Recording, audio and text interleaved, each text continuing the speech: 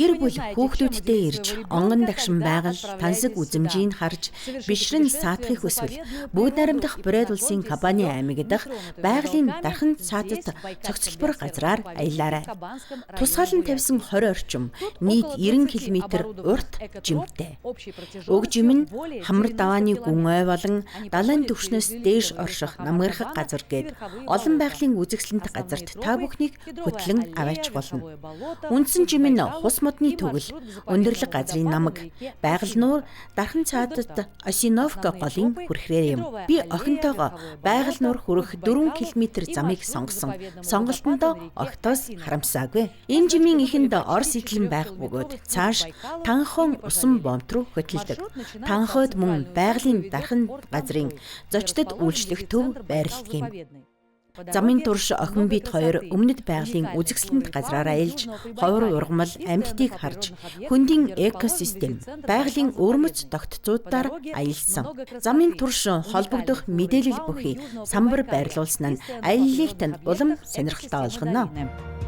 Айн дундуур татсан модон жимээр шуудын жиргээ гол усны чимээг шагнан элдвийг хуучлан алхахад хотын чимээнээс ангид ядаргаа тайлагдаж сайхан амралт болдгийм байна.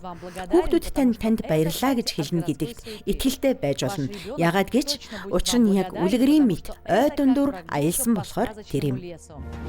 Хуш модон ой шувтрахад байгалийн өөр нэгэн төрх таныг алгаа дэлгэн өгтөх болно. Энд цангис жимс ургаж өнгөнөмн мөн энд Ургамлын аймгийн Европсын төлөөлөгч болох шүүдэрт цэцгийн овгийн махан идэршт ургамлууд ургадаг байна. Аялах явцдаа та баавгай, булаг, бор гөрөөс болон бусад амьтдын үлдээсэн мөрийг танин харах боломжтой. Магадгүй аз таарвал эдгээр амьтдыг амьдаар нь харах завшаан дохиож болох юм. Эдгээр жимүүдийг эко аяллыг хөгжүүлэх дэмжих зорилгоор хэдэн жилийн өмнө байгуулжээ. Энэ нь тун нүдэ олсон шийдэл болсон бөгөөд давхар дархан газрын хамгаалалтын асуудлыг шийдвэрлэж өгдөг байна. Мэдээж маршрут бүрийн урт туулах замын бартаа нь харилцан адилгүй. Тиймээс өөрийн амрах хэлбэртэй тохируулан идэвхтэй аялах уу эсвэл 51-ийг бодож нөгөөг тунгаан бясалган алхах уу гэдгээс хамаарч замаа сонгоорой. Энд байгаль нуурын болон нуурын орчмын байгалийн тогтоц, ургамал амьтан гээд танин судлах харан баясах зүйл үнэхээр их. Тайхын хуш модон ой, өндөрлөг газрын намаг, туундар болон Альпийн улсын нуган ойг харна. Байгалийн дархан цаадад газрын эко модон жимүүд нь аялагчид замаас гарч төөрөх, байгалыг сүйтгэх зэрэг эрсдлээс давхар сэргийлэх давуу талтай. Танин нас хүүс, биеийн бэлтгэл зэрэгс үл хамааран онгон байгалийн сайхныг мэдрэх боломжийг инхүү бүрдүүлжээ. Өөрөөр хэлбэл байгалийн бүс бүслүүрээр аялахын тулд та заавал тэв алгасах шаардлагагүй болсон. Та ирээд үзээрэй, надад итгээрэй.